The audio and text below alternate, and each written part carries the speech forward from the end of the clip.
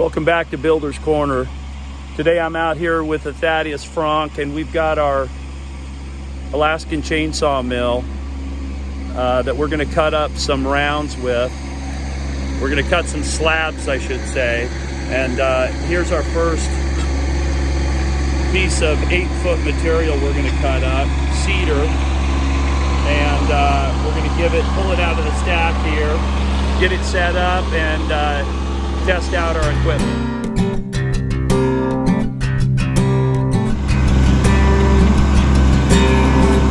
So Craig here is using the grapple on his Kubota to get that log out here where we can work with it. And we're going to set up some rails on the top of it to run our sawmill across and see if we can get one pretty good size slab out of it. It's a pretty sweet ride. You've got the chipper, the grapple, the bucket. So right here is our Granberg Alaskan sawmill. We've got what we think is a 48-inch bar on there right now with a ripping chain, and this setup is good for a 60-inch bar, and we've got the 880 Magnum right here to power this. So we're going to get this thing set up. We've got our log out here kind of set up. We're going to do a test run before we go to cut our larger beam, but we just want to see how this whole thing works. So we'll get it set up, show you how the rails are, and be right back. Okay, we've got our rails set up, and what we did is we took a 2x6 cross member here, screwed it on. We first laid out the center line of the log, and you can see our crosshairs here. Because the log is smaller on this side, I had to use a 2x6. Came up 8 inches here, 5.5, and then we put our 2x4s on the side for our rails, and we lifted them up about 1/4 inch just to make sure we don't hit any of this knuckle or anything else on here. So we're going to start at the large end and start milling down this direction. As we mill across here, we'll start using our wedges that we've made, sliding into our cut to keep that cut apart. So once we get started, we'll show you that. Cut. We got our rails set up on our log. And the way we did that is we laid out the center of the log based on the heart. So you can see all the growth rings went to the center. We did a level line here and a plumb line here. Then I did a 22-inch 2x6 at this end because the log is smaller in diameter and I wouldn't have enough room. On the other end, we used a 2x4. And I came up 8 inches here and screwed this on, and it's level. And then we put our rails on, and they're about 1/4 inch higher than the top of this, just to clear any knuckles or any other obstacles on here. So when we're running our mill across the top here, it's free and clear. And at this end, we used a 2x4 because the log is larger in diameter, and I came up 10 inches, and you can see I'm barely at the top of the log here. Again, we raised these up 1/4, and so theoretically, these two rails are the same distance from the heart. And then we're going to take a cut that just is about 2 inches below here, so we clear our 2x6 and take the top out of this log. Then the next cut, we'll get rid of all this, and we'll make our second cut, and we should have a live edge slab. So that's the next thing. All right, well, we've got the saw set up here. We've adjusted it so that it will just clear the 2x6 down at the far end. And this is kind of what the first cut's gonna look like. We're gonna fire this thing up and see if we can do this with one operator. That's what we were told we'd be able to do. We got a brand new blade, so this is as good as it gets.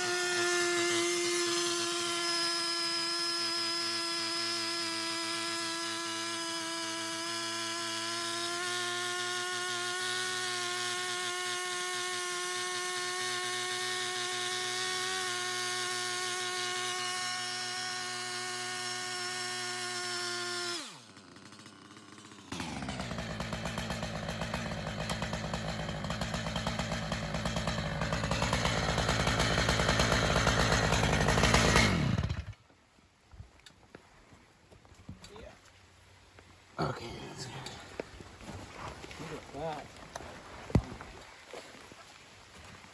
All right, well, we've made our first continuous cut all the way through, and we'll pull off this top rail and take a look at what the finished product of the first cut. Looks like we're able to do that with one man. And look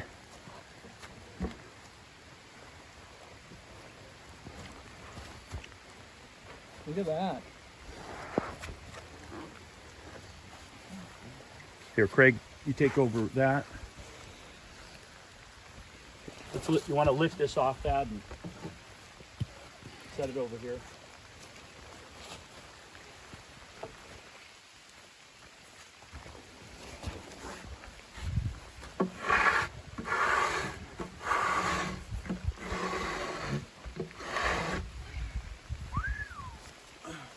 So the only mark it left was right here where you stopped. Yeah, I started pinching on the blade. So if we were, how close behind do you think we can safely get to wedge it so that so that you can just keep going? Because if we had wedges here, you would have been able to keep going. Yeah, I think so. And then I think part of that was just me too, just because I didn't know how to come out of the end first, just because. Okay, so the next step is we're going to adjust our depth.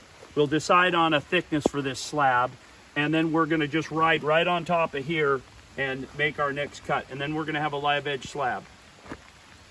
So that'll be next. How hard were you pushing? Actually, not hard at all. Like, I was pushing a bit, like it still was strenuous, but it glided almost by itself. The saw was pulling it through. So were you angling in, or you just go straight? A little bit angled, but I tried not going back and forth because it would make more marks. So I just tried to get in one angle and just go on the same thing all the way and let the saw cut. There it is. You can do it with one man. Now we're going to do a bigger log after this, so we'll see if it's still true. And I was told we get quite a few cuts before we have to sharpen the chain. Yeah, I only got one. So And we'll see. And cedar is this, it's going to be the most forgiving of all the species because of how soft it is. So we'll see. We'll know after today. We've got the saw right now set to 2 inches, and each one of these bars right here has increments on it right there. And so you can see, hopefully, that we're set at 2 inches there, and then you tighten these two nuts down, and the same thing over here. We've got it set at 2 inches, and we tighten these 2 nuts down. All right, and then so we should have a 2-inch cut here, 1/2 inch kerf. So we'll be taking out about 2.5 inches right there. And to start this cut, since we don't have rails sticking out, we're going to have a man at each end until we can get the saw nice and flat, get the saw all the way in until the second rail is up on top of the log. So we're going to do that next. Action. All right, here we go. We're going to take a 2-inch cut right now. We're going to start the saw up, give it a go.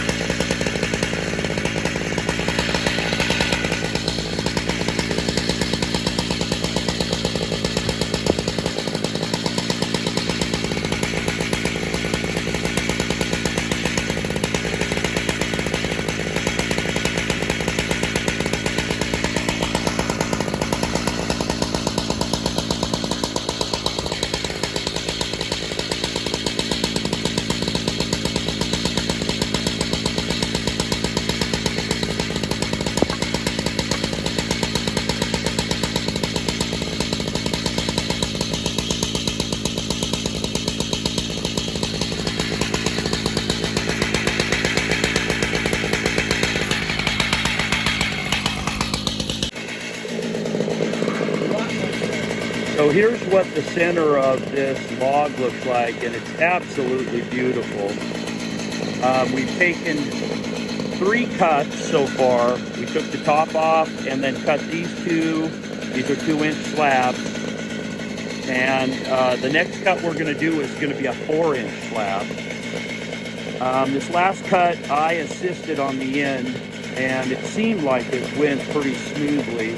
And we had a third person wedging.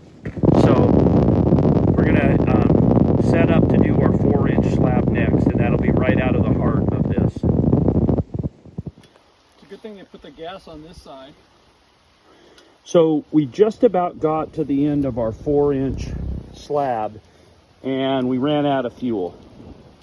What we've been doing this time is having a man at each end, and I'm holding on to this end right here. And I'm not putting much pressure on it, just kind of keeping pace with the operator. And it seems to be a little bit easier. And then we have a third person putting wedges in behind us to keep the pressure off the blade.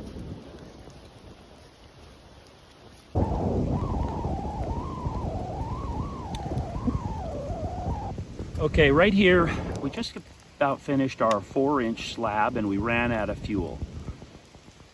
So we're gonna fuel up, add bar oil. But what we did a little differently is I hung on to this end right here and helped the operator as we moved through the log. We kept the saw, for the most part, perpendicular to the cut as we came across. And then we had a third person putting in wedges and tapping those in as we went to keep the pressure off of the blade. And that helped. So it seems, although you might be able to pull this off with one person, you'd have to stop and wedge and all that stuff, and it may leave marks on the slab. So anyway, we'll keep practicing with it, get this thing fueled and oiled, and finish this cut. So here's the 4-inch slab to the left, and here's what's left of our log right here. Beautiful grain on this cedar, and the 4-inch slab turned out pretty darn nice. I like the live edges right there, and the surface looks pretty good. I mean, all the way down here, we pretty much kept moving until the very end. And right here is where we stopped to fuel up, and I really I can feel a little bit of a lump right here, but that's it. So, turned out pretty darn good. Okay, we have finished milling this thing. We made 1, 2, 3, 4 cuts, and then we stacked it back together with stickers. And the bottom piece, we think will make a great seat or a bench if you put some legs on it. We got a 4-inch and then 2.5-inch or 2-inch slabs right here, and then here's the top cap. And we reassembled it so that maybe it won't twist, won't warp, whatever. But we've got stickers in between there. We are using a couple of stickers that are primer, but I don't advise that. You should use some soft wood that's not painted or primed or anything, otherwise it's going to leave marks for sure. So now we're going to go after some bigger logs. So it was a successful day and rainy. Thanks for joining us.